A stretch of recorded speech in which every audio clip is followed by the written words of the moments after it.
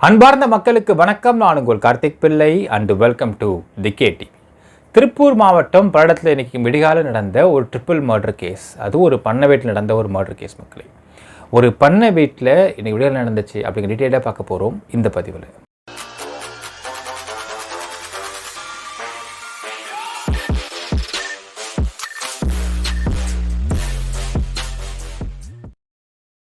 திருப்பூர் மாவட்டம் பல்லடம் பக்கத்தில் இருக்கக்கூடிய செம்மலை கவுண்டம்பல் என்ற ஏரியாவில் பார்த்தீங்கன்னா வலுப்பூரம்மன் கோயில் அப்படிங்கிற ஒரு கோயிலுக்கு பக்கத்தில் இருக்கக்கூடிய ஒரு 15 ஏக்கர் தென்னந்தோப்பு.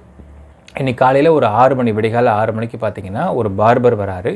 பார்பர் நேராக அந்த தென்னந்தோப்புக்குள்ளே வந்துடுறாரு. உள்ளே வந்துட்டு பார்த்தா அந்த வீட்டு, அதாவது 15 ஏக்கர் தென்னந்தோப்பு, ஆக்சுவலாக சுற்றி தென்னந்தோப்பு, நடுவில் அந்த வீடு இருக்குது. அங்கே வெளியே வந்து பார்த்தா வீட்டு வெளியே அந்த வீட்டுடைய வயதானவர் படுத்திருந்திருக்காரு. அதை பார்த்தப்போ அவருக்கு ரத்த வெள்ளத்தில் இருந்திருக்காரு. தலை அடிபட்டு இருந்திருக்கு.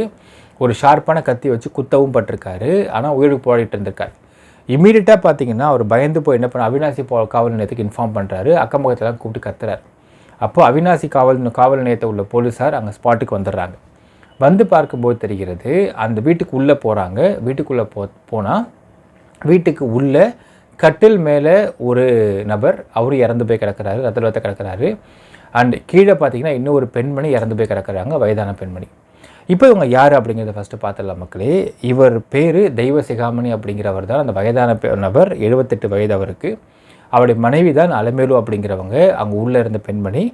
2 பேருக்கும் பிறந்த மகன், ஆக்சுவலாக ஒரு மகன் ஒரு மகள் பிறந்திருக்கிறாங்க. அந்த மகன் பெயர் செந்தில்குமார். அவர் ஊர்லேருந்து வந்திருக்கிறாரு. ஸோ அவர் அங்கே பிணமாக இருந்திருக்கார். ஸோ அந்த குடும்பத்தில் உள்ள 3 பேரும் பிணமாக இருந்திருக்கிறாங்க. இதற்கு பிறகு உள்ளே போலீஸ் ஸ்பாட்டுக்கு வராங்க. தெய்வ சிகாமணி அப்படிங்கிற நபரை ரெஸ்கியூ பண்ணி கூட்டிட்டு போகிற வழியிலேயே அவர் இறந்து போயிடுறாரு. அவரையும் காப்பாற்ற முடியல. ஸோ கூட்டு போகிற வழியில் இறந்து போயிடுறாரு. அதுக்கு பிறகு அவங்க செக் பண்ணி பார்க்குறாங்க. செக் பண்ணி பார்க்கும் பொழுது எதாவது காணாமல் போயிருக்கான்னு பார்க்குறாங்க. அப்படி பார்க்கும் பொழுது அந்த இடத்துல எல்லா புத்தகங்களும் கலைச்சி போடப்பட்டிருக்கு. அங்கே பீரோ திறந்துருக்கப்பட்டிருக்கு. அதற்கு பிறகு செந்தில்குமாரோடைய மனைவிக்கு காண்டாக்ட் பண்ணுறாங்க. மனைவி காண்டாக்ட் பண்ணி அது எல்லாம் ஸ்பாட்டுக்கு வந்துடுறாங்க. ஸ்பாட்டுக்கு வந்ததுக்கு பிறகு அந்த இடத்துல சொந்தக்காரங்க வராங்க. சொந்தக்காரங்க செந்தில்குமார் மனைவி காண்டாக்ட் பண்ணுறாங்க. மனைவி கோயம்புத்தூர்லேருந்து உடனே ஸ்பாட்டுக்கு இங்கே வராங்க. இங்கே அவங்க பயங்கரமாக அழுகுறாங்க. அந்த அழுகிற சமயத்தில் பார்த்தீங்கன்னா திருப்பூர் மாவட்டத்துடைய உங்களுக்கு போலீஸ் கமிஷனர் லக்ஷ்மி ஐபிஎஸ் அவர்கள் ஸ்பாட்டுக்கு வந்திருக்கிறாங்க. அவங்ககிட்ட பயங்கரமாக அழுகுறாங்க. அவங்களுக்கு 7 வயதில் ஒரு மகன் இருக்கிறதாகவும் 12 வயசில் ஒரு மகள் இருப்பதாகவும் சொல்கிறாங்க. எப்படியாச்சும் கண்டுபிடிச்சி கொடுங்க, யாருக்கு நான் கண்டுபிடிச்சி கொடுங்க, ஏன்னா அவர் கனவு இறந்து போயிருக்கார். இப்போது இவர் செந்தில்குமார், அந்த மனைவி பேர் கவிதா. செந்தில்குமார் ஐடி எம்ப்ளாயாக வேலை பார்த்துட்ருக்காரு. அவர் அங்கே ஐடி ஆஃபீஸில் அங்கே கோயம்புத்தூரில் இருக்கார். ஸோ செந்தில்குமார், கவிதா, 12 வயசு ஒரு மகள், 7 வயசு ஒரு பையன், 4 பேரும் கோயம்புத்தூரில் இருக்கிறாங்க. ஏன் இங்கே வந்தாருன்ற காரணத்தை கேட்குறப்ப சொல்கிறாங்க, இன்று அதாவது வெள்ளிக்கிழமை காலையில் இவங்க சொந்தக்கார நிச்சயதார்த்தம் நடக்க போகுது. அதனால் நேற்று இரவு தான் அவர் ஊர்லேருந்து இங்கே வந்திருக்காரு, அங்கே தான் போனார். ஸோ நைட்டு அங்கே அம்மா அப்பா கூட ஸ்டே பண்ணிட்டு அடுத்த நாள் ஏர்லி மார்னிங் நிச்சயதார்த்தத்தை முடிச்சுட்டு வீட்டுக்கு வரதாக தான் பிளான் இருந்துச்சு அப்படின்னு சொல்கிறாங்க அவங்க மனைவி. ஸோ இப்படி இருக்கும் பட்சத்தில் இன்றைக்கு காலையில் இப்போ நியூஸ் வரும்போது இறந்துட்டாங்க நியூஸ் வருதுன்னு சொல்லி அவங்க கதறி அழுகுறாங்க. ஸோ இந்த சமயத்தில் வீட்டில் என்ன இருந்துச்சு அப்படின்னு கேட்குறப்போ ஒரு 7 to 8 pounds ஆஃப் நகை இருந்ததாக ஒரு தகவல் வெளியிடுறாங்க. இந்த சம்பவத்தை பற்றி திரும்ப லக்ஷ்மி ஐபிஎஸ் அவங்க சொல்கிறாங்க, அந்த முதியவர் வெளியே இருந்தார்.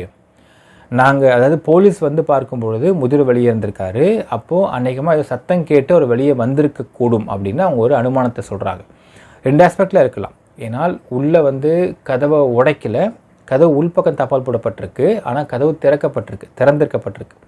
ஸோ கதவு திறந்திருக்குனால் அப்போ ஏதாவது சத்தம் தான் வெளியே போட்டிருக்க வேண்டும். அந்த சத்தத்தின் அடிப்படையில் பெரியவர் திறந்துட்டு உள்ளே வந்திருக்காரு. அப்போ பெரியவரை தள்ள அடிச்சிருக்காங்க. 3 பேருமே தலையில் அடிபட்டப்பட்டிருக்கு. ஸோ அவங்க யூஸ் பண்ண வெப்பன்ஸ் ஒரு ஷார்ப் வெப்பன், ஒரு பிளண்ட் வெப்பன் அப்படின்னு சொல்கிறாங்க லக்ஷ்மி ஐபிஎஸ் அவர்கள். ஸோ கதவு உடைத்து கொண்டு உள்ளே போனால் அது வேறு கதை. கதவை தட்டியோ இல்லை கதவுல ஏதாவது சத்தம் கேட்டு வெளியே வந்திருக்கிறாங்க. அது கதவு திறக்கப்பட்டு உள்ளே போயிருக்காங்க. உள்ளே போனால் அலமேலு அப்படிங்கிறவங்களும் செந்தில்குமார் அப்படிங்கிறவங்களும் தள்ள அடிப்பட்டு தான் இறந்து போயிருக்காங்க. ஸோ தலையில் தான் மெயினாக அடிச்சிருக்காங்க. ஸோ இது பர்ஃபெக்டாக தள்ளடித்து கொலை பண்ணப்பட்டிருக்கக்கூடிய ஒரு மாடஸ் ஆப்பரண்டி அப்படின்றாங்க. ஸோ பொருட்கள் பெருசாக காணாமல் போன மாதிரி தெரியல. ஒரு 7 to 8 pounds நகை மட்டும் காணாமல் போயிருக்கிறதா சொல்கிறாங்க. ஆனால் வீட்டுக்குள்ளே இருக்கக்கூடிய மொத்த அலமாரியும் திறந்திருக்கப்பட்டிருக்கு. எல்லா புத்தகங்களையும் கலைச்சி போட்டிருக்காங்க. ஒரு புத்தகங்களை கலைச்சி போட வேண்டிய அவசியம் என்ன அப்படிங்கிற ஃபஸ்ட்டு ஃபிஷி திங் ஏற்படுது இது கூறும்பொழுது. ஆனால் எல்லா புத்தகத்தையும் எடுத்து ஒவ்வொன்றையும் பிரித்து பார்த்து கலைச்சி போட்டிருக்காங்க அப்படின்னால் எதற்கு கலைச்சி போட வேண்டும் அப்படிங்கிற ஒரு ஃபிஷி திங் இருக்குது. ஸோ இமீடியட்டாக ஒரு 5 டீம் ஃபார்ம் பண்ணப்பட்டிருக்கு இன்றைக்கி மதியத்தில். 5 டீமில் ஒரு டீம் பார்த்திங்கன்னா இவங்களோட சைபர் டீம், அவங்க வந்து ஃபுல்லாக செல்ஃபோன்ஸ் ஆராயிறாங்க. இன்னொரு டீம் பார்த்திங்கன்னா சிசிடிவி ஃபுட்டேஜை மட்டும் பார்க்குறாங்க. கடந்த 10 நாட்களாக யார் உள்ளே வந்தால் யார் வெளியே போனால் அப்படிங்கிற ஃபுட்டேஜ் பார்க்குறதுக்கு இன்னொரு டீம் போடப்பட்டிருக்கு. பட் அந்த பண்ணை வீட்டில் ஃபுட்டேஜ் இருப்பதாக எதுவும் தகவல் வெளியாகலை மக்களே. ஸோ அவங்க வந்து கவர்மெண்ட் ஃபுட்டேஜ் சொல்கிறாங்கன்றது நம்ம புரிந்து கொள்ள முடிகிறது. ஸோ ஃபஸ்ட்டு மோப்பனாய் வராங்க. மோப்பனாய் வந்து மோப்பம் பிடிச்சிட்டு போகுது. அடுத்தது ஃபாரன்சிக் டீம் வராங்க, கைரேகை செக் பண்ணுறாங்க. அது வந்து கிட்டத்தட்ட ஒரு 15 ஏக்கர் தென்னந்தோப்பு. அங்கே வந்து ஒரு 50 போலீஸ் சரடை போட்டு தேடுறாங்க. ஏன்னால் 15 ஏக்கர் தென்னந்தோப்பு திடுப்புன்னு ஒருத்தன் உள்ளே வந்திருக்க முடியாது. அப்போ இங்கேயே வந்து அவன் மறைஞ்சிருக்க வேண்டும். இப்போ இங்கே மறைஞ்சிருந்தால் அங்கே ஏதாவது பொருள் விட்டு போயிருக்கானா அப்படிங்கிறதே ஆராயிறாங்க போலீஸ். இன்னொரு புறம் இன்னும் சில டீம்ஸ் போட்டு அங்கே செக் போஸ்ட்டு, அவங்களுக்கு வெஹிக்கல் செக்கிங்ஸு, பெட்ரோலிங்லாம் ஃபுல்லாக செக் பண்ணுறாங்க. ஸோ இதில் என்ன பார்த்தீங்கன்னா மக்களே, மதியத்துக்கு மீது இப்போ ஈவினிங் வந்து இன்னும் தகவல் கிடச்சிருக்குன்னு பார்த்தீங்கன்னா செந்தில்குமாரோடைய செல்ஃபோன்ஸ் 2யுமே காணும். அவர் 2 ஃபோன் யூஸ் பண்ணுறதா தகவல், 2 ஃபோனையுமே காணுன்ற தகவல் கிடைக்கப்பெறுகிறது. ஆனால் இதே இடத்துல தெய்வசிகாமணி அவங்களோட செல்ஃபோன்ஸை எடுத்துகிட்டு போகல. அலமேல் செல்ஃபோன் இங்கே தான் இருக்குது. ஸோ அவங்க செல்ஃபோன்ஸ் எதுவும் கொண்டு போகப்படவில்லை. ஆனால் செந்தில்குமார் செல்ஃபோனை மட்டும் கொண்டு போயிருக்காங்க. அப்போ இந்த செல்ஃபோன்ஸ் எங்கேயாச்சும் ஆன் ஆகுதா, இல்லை அது ஏதாவது சிம் கார்டை மாற்றி போட்டு யூஸ் பண்ணுறாங்களா, ஐஎம்ஐ நம்பர் என்ன அப்படிங்கிறதை ஒரு டீம் ஆராய்ஞ்சிட்டு இருக்கிறேன்னு சொல்கிறாங்க. இன்னொரு இடத்துல பார்த்திங்கன்னா மக்களே, புத்தகங்களை பூரா கலைச்சி போட்டிருக்கிறாங்க அப்படின்னால் அப்போ இந்த புத்தகத்துக்குள்ளே அவங்க என்ன தேடி இருக்கிறாங்க? ஒரு திருட வரவங்க நகை, பணம் இதை மட்டும் ஃபோக்கஸ் பண்ணாங்கன்னா பீரோ உடைப்பாங்க, நகையை எடுப்பாங்க, எல்லாம் பண்ணுவாங்க. பட் புத்தகங்களே பீரோக்குள்ளே ஜெனரலாக வைக்க மாட்டோம், வெளியே அலமாரியில் வச்சுருப்போம், இல்லை வெளியே வந்து உடன் ரேக்கில் வச்சுருப்போம். அதெல்லாம் ஒவ்வொன்றும் எடுத்து கலைச்சி போட்டிருக்காங்க. அப்படிங்கும் பொழுது இதை எதுக்கு கலைச்சி போட்டிருக்க வேண்டும்? அப்போ ஏதாவது என்ன தேடுறாங்க, அது உள்ள டாக்குமெண்ட்டை தேடி இருக்காங்களா அப்படிங்கிற ஒரு சந்தேகம் ஏற்படுகிறது நாம் இதை கேட்கும் பொழுது. இன்னொரு விஷயம் பார்த்திங்கன்னா, இப்போ பேசிக் இன்வெஸ்டிகேஷனாக எத்தனை பேர் இந்த வீட்டில் இருப்பாங்க அப்படிங்கிற விசாரணை போயிருக்கிறதா தெரிகிறது. ஏனென்றால் 1 மாதத்திற்கு முன்பு வரை இந்த வீட்டில் ஒரு கணவன் மனைவி 2 பேர் வந்து வாழ்ந்து வந்திருக்கிறாங்க. இதே தங்கி இங்கே வேலை பார்த்துருக்குறாங்க வேலையாட்களாக. அவங்க திண்டுக்கலை சேர்ந்தவர்கள். 1 மாதம் முன்னாடி வரைக்கும் வேலை பார்த்தவங்க இப்போ ஏன் வேலை பார்க்கல, ஏன் வீட்டை விட்டு ஏன் வெளியே அனுப்புகிறாங்க வேலையை விட்டு அப்படிங்கிற விசாரணை செய்யப்பட்டு கொண்டிருக்கின்றது. இது என்னென்னா இன்னொரு விஷயம், இப்போ இது வந்து நம்ம ஒரு அவுட்லைண்டாக பார்க்கலாம் மக்களே. வெறும் 7-8 பவுனுக்காக மட்டும் இந்த ஒரு ட்ரிப்பிள் மர்டர் நடந்திருப்பதற்கு வாய்ப்பில்லை. நிறைய பேர் பார்த்திங்கன்னா சொல்கிறாங்கன்னா இது வந்து நம்ம இந்த படம் மாதிரி, உங்களுக்கு தீரன் அதிகாரம் 1 படம் வந்து அந்த பவாரியா கேங் மாதிரி, இந்த ஹைவேஸில் போகும்பொழுது உள்ளே வருவாங்க, சார் லாரி இன்னும் போச்சு சார்னு சொல்லி தட்டுறது, வெளியே வந்து அடித்து கொண்டு உள்ளே போகிறது அப்படிங்கிற மாதிரியான ஒரு கேங்காக இது தெரியவில்லை அப்படிங்கிறாங்க. ஏனென்றால் 7 to 8 பவுண்ட்ஸ் நகை அப்படிங்கிறது எதை வைத்து சொல்லப்பட வாய்ப்பு இருக்கிறதுனால் அந்த பெண்மணியோடைய கழுத்தில் உள்ள நகைகளாக கூட இருக்க வாய்ப்பு இருக்கிறது. அந்த அலமேலு அம்மாவோட நகைகளாக கூட வாய்ப்பு இருக்குது. பீரோ உடைச்சி ஒன்றும் பெரிய பொருட்கள் திருட்டு போகவில்லை அப்படிங்கிற தகவலை லக்ஷ்மி ஐபிஎஸ் அவர் சொல்கிறாங்க. ஸோ இது வந்து ஒரு பவாரியா கேங் மாதிரி ப்ரீ பிளான்டாக வெயிட் பண்ணி அப்படி எடுத்துகிட்டு போகக்கூடிய கேங்காக இது இருக்குமா அப்படிங்கிற ஒரு சந்தேகம் காவல்துறைக்கு ஏற்படுகிறதா தெரிகிறது. இது ஏதாவது வெஞ்சன்ஸில் பண்ணப்பட்ட ஒரு கொலையா அப்படிங்கிற அடிப்படையில் பார்க்க வேண்டும். ஏதோ வெஞ்சன்ஸ் இருக்கிறதா? ஏன்னால் இன்னொரு விஷயம், திண்டுக்கலை சேர்ந்த கணவன் மனைவியை விசாரிப்பதற்காக இப்பொழுது ஈவினிங்க்கு மேலே 2 ஸ்பெஷல் டீம் எக்ஸ்ட்ரா போடப்பட்டிருக்கிறது. அந்த டீமில் பார்த்திங்கன்னா இந்த செந்தில்குமார் அப்படிங்கிற நபருடைய செல்ஃபோனில் கடைசி 1 மாதமாக வந்த செல்ஃபோன் கால்ஸ் என்ன, இன்கமிங் அவுட் கோயிங், வாட்ஸ்அப்பில் பண்ண மெசேஜஸ் என்ன இருக்குது, ஸோ எல்லாத்தையும் செக் பண்ணிகிட்டு இருக்கிறாங்க காவல்துறை. ஸோ இந்த செக் பண்ணிருக்க சமயத்தில் பார்த்திங்கன்னா 3 பேரும் இறந்துவிட்ட காரணத்தையால் திருப்பூர் அரசு மருத்துவமனையில் வந்து போஸ்ட்மார்ட்டம் கொண்டு போகப்பட்டிருக்கின்றது. அந்த போஸ்ட்மார்ட்டம் அப்படிங்கிறது இப்போது நம்ம பேசக்கூடிய இந்த சமயத்தை தான் முடிந்திருக்க வேண்டும். இது முடிந்ததற்கு பிறகு இறுதிச்சடங்கிற்காக அவர்கள் கொடுத்துருவாங்க. அந்த வீட்டில் வந்து ஒரு 500 பேர் இருக்கிறதா தகவல் கிடைக்கப்பெறுகின்றது மக்களே. அவங்க சொந்தக்காரங்க பூரா தங்கியிருக்கிறாங்க, கூடியிருக்காங்க.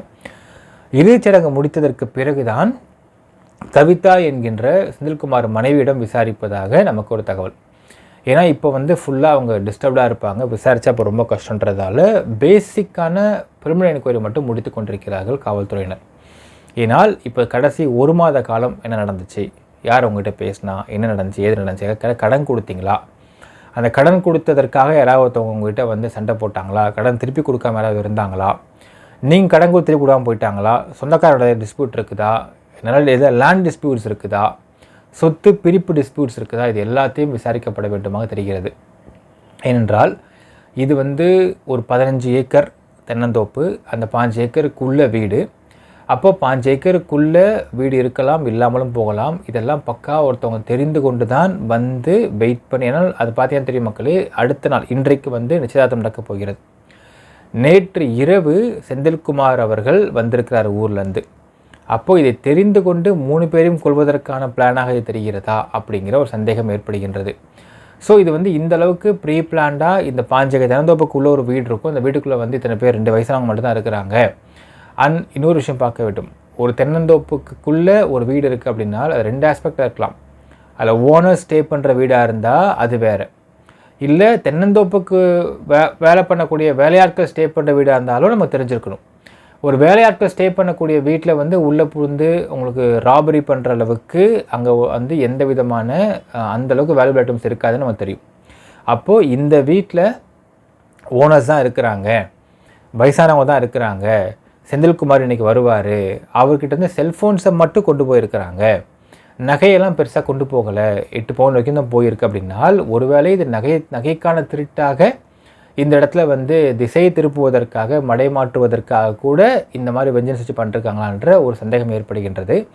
எல்லா சந்தேகமும் பார்த்திங்கன்னா கவிதா அவர்களை விசாரணை செய்தால் தெளிவாகிவிடும். ஸோ போஸ்ட்மார்ட்டம் முடிந்து இறுதிச்சடங்கு நாளைக்கு பண்ணுவதாக தெரிகிறது. நாளைக்கு இறுதிச்சடங்கு முடிந்ததற்கு பிறகுதான் கவிதா அவர் விசாரணைக்கு உட்படுத்தப்படுவார்கள். அவர் விசாரணைக்கு உட்படுத்தப்படும் பொழுது கடந்த 1 மாதமாக இருந்த குடும்ப சண்டைகள், சொத்து பிரச்சனைகள், சொத்து சண்டைகள், ஃப்ரெண்ட்ஸ் டிஸ்பியூட்டு, ரிலேட்டிவ்ஸ் டிஸ்பியூட் எல்லாமே வந்து எடுக்கப்படும். ஏன்னால் ஒரு ட்ரிப்பிள் மர்டர் அப்படிங்கிறது not a easy joke, not a simple thing மக்களே. ஒரு வீட்டுக்குள்ளே பூந்து 7 மணிக்கு கொண்டிருக்காங்க அப்படிங்கிறதுல அந்த ஒரு நாட் அ சிம்பிள் ஜோக். இந்த விஷயத்தை அவ்வளோ சீரியஸாக அவ்வளோ ஈஸியாக உற்ற மாட்டோம் லட்சுமி ஐபிஎஸ் கூறுகிறார்கள். ஸோ கவிதா அவர்களை விசாரணை செய்த பின்பு தான் இந்த ஒரு வழக்கில் வேறு மாதிரியான ஒரு ஆங்கிள் கிடைக்கப்பெறும்ன்றது நம்ம எதிர்பார்க்கலாம். என்ன நினைக்கிறீங்கன்றதை கமெண்ட்டில் மென்ஷன் பண்ணுங்கள். நன்றி, வணக்கம்.